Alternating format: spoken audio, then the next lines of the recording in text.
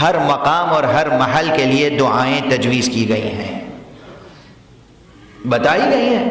اس مصیبت میں مبتلا ہو تو یہ دعا پڑھو، اس مصیبت میں مبتلا ہو تو یہ دعا پڑھو، اس وقت یہ دعا پڑھو، اس جگہ یہ دعا پڑھو۔ دعا کی قبولیت میں زمان اور مکان کا بھی دخل ہے۔ خانہ کعبہ کے پاس جا کر دعا قبول ہوتی ہے، روضہ رسول کے پاس جا کر دعا قبول ہوتی ہے، اور شہادت عظمیٰ کا انعام اللہ نے سید الشہداء امام حسین کو یہ دیا ہے کہ ان کے گنبد کے نیچے دعا قبول ہوتی ہے۔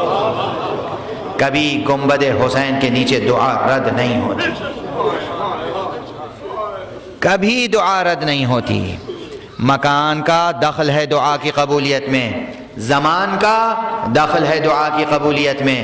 مثلا شب قدر دعا قبول ہوتی ہے، ماہ مبارک رمضان میں دعائیں قبول ہوتی ہیں، میدان عرفات میں دعائیں قبول ہوتی ہیں۔ روز عرفہ چاہے آپ میدان عرفات میں نہ ہوں، 9 ذی الحجہ آپ جہاں بھی ہیں وہاں پورا دن دعا میں بسر کریں، روزہ رکھیں، دعا کریں، دعائیں قبول ہوتی ہیں۔ یہ سب دعائیں سکھائی گئی ہیں، تعلیم دی گئی ہیں۔ دعا کا ایک مکمل نظام ہے، کوئی دعا بے نتیجہ بھی نہیں ہوتی۔ اور یہاں پر ایک حدیث اور سن لیں، ایک حدیث پیغمبر اکرم صلی اللہ علیہ وآلہ وسلم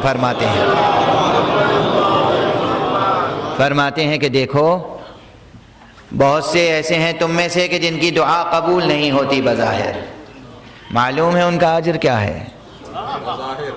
کچھ لوگ روز قیامت ایسے ہوں گے کہ جب وہ میدان حشر میں آئیں گے، حساب و کتاب کا مرحلہ ہوگا، تو ان کے سامنے ایک بہت بڑا ذخیرہ ہوگا، نیکیوں کا ذخیرہ، اور وہ حیران ہوں گے، حیرت زدہ ہو کر کہیں گے رب پروردگار میں نے تو اتنی نیکیاں کی ہی نہیں ہیں، اتنی نیکیاں میرے حساب میں کہاں سے آ گئیں، میں تو بہت گناہگار بندہ ہوں، میں تو بہت ہی حقیر بندہ ہوں، اتنی نیکیاں میرے حساب میں کہاں آ گئیں۔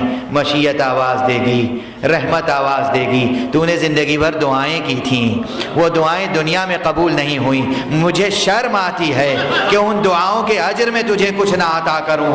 یہ نیکیاں ان دعاؤں کے بدلے دی جا رہی ہیں جو دنیا میں دعائیں قبول نہیں کی گئیں۔